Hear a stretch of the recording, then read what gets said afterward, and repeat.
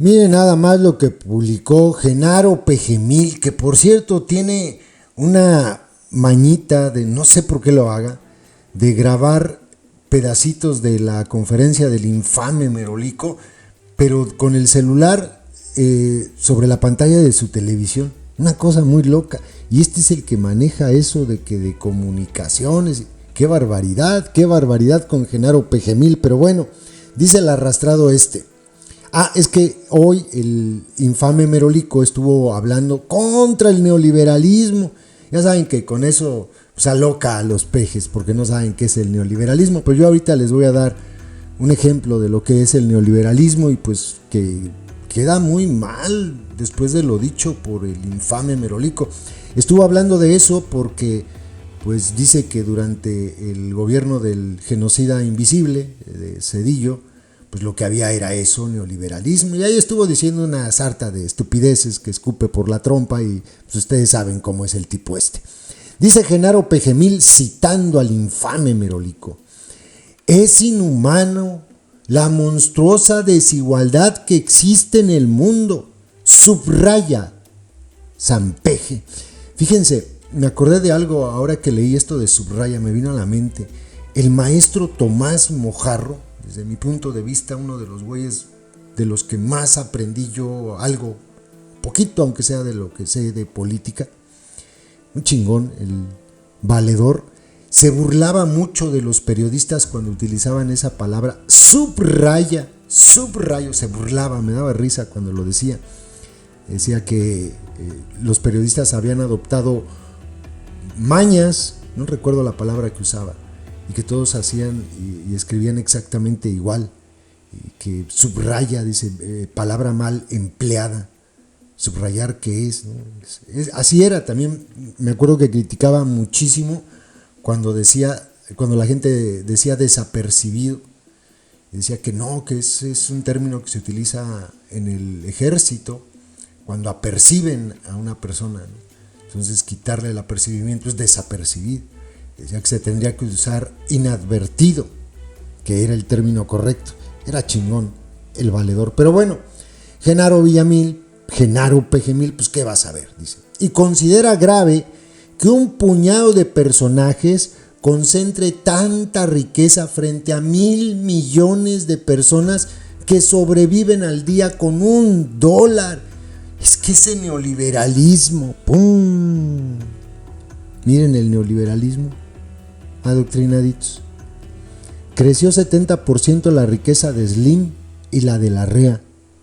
Esto lo acaba de publicar Oxfam. Esta es una nota que subió un medio que se llama Tendencias, pero es el informe de Oxfam que dice: décadas, porque esto no ha cambiado, décadas de transferencias masivas de riqueza del gobierno mexicano a un pequeño grupo de magnates que se han beneficiado de privatizaciones, concesiones, licencias y permisos, han derivado en un poder político que no solo les permite conservar sus fortunas, sino hacer más pobre al resto de la población con los controles de precios que sus monopolios les garantizan, exhibe un nuevo informe de Oxfam México.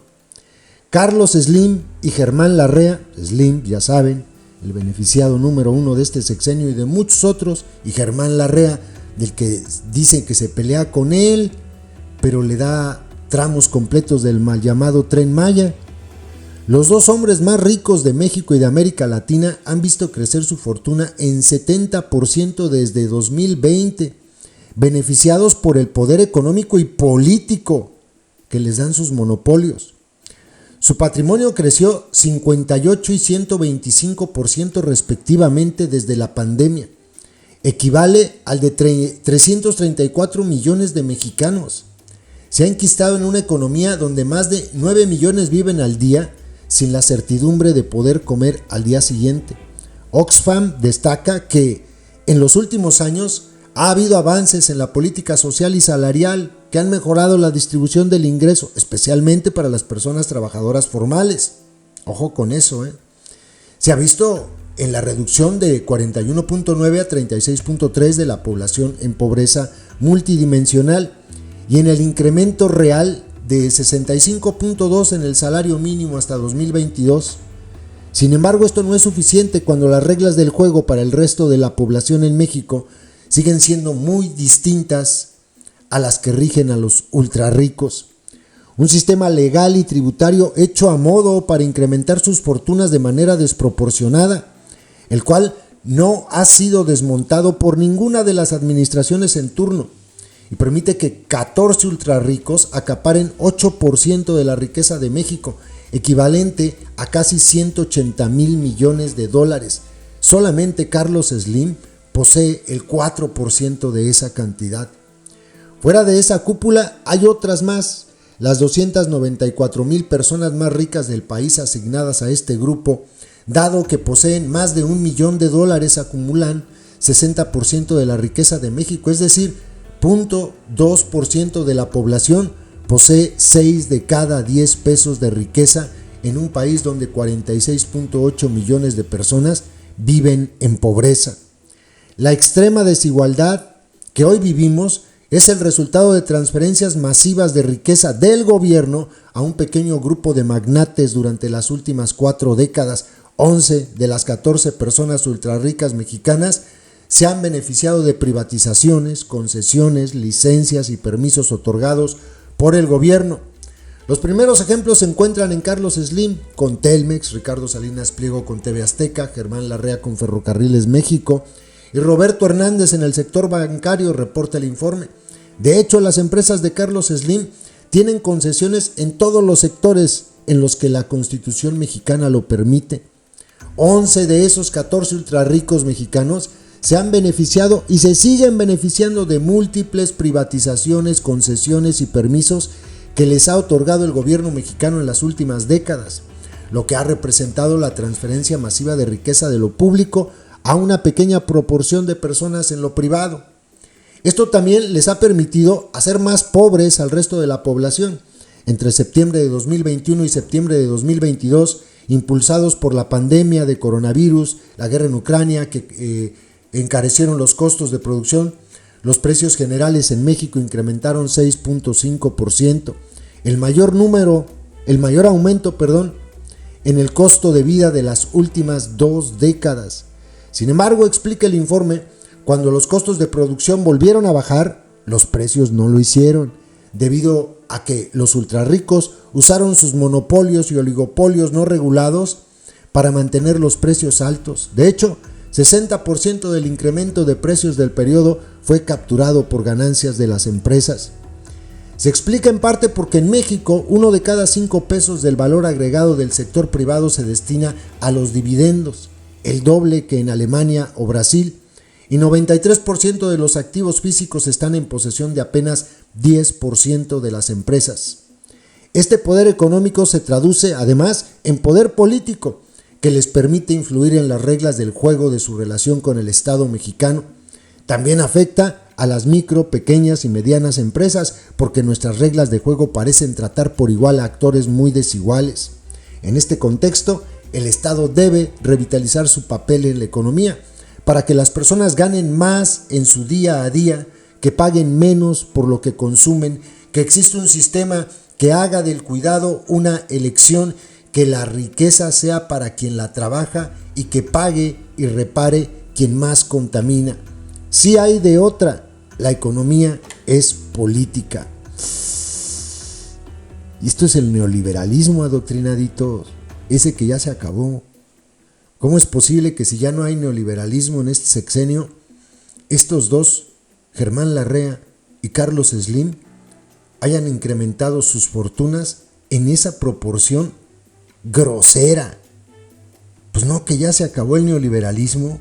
¿Ven cómo les juegan el dedo en la boca? ¿Sí notan cómo les ven la cara de pendejos?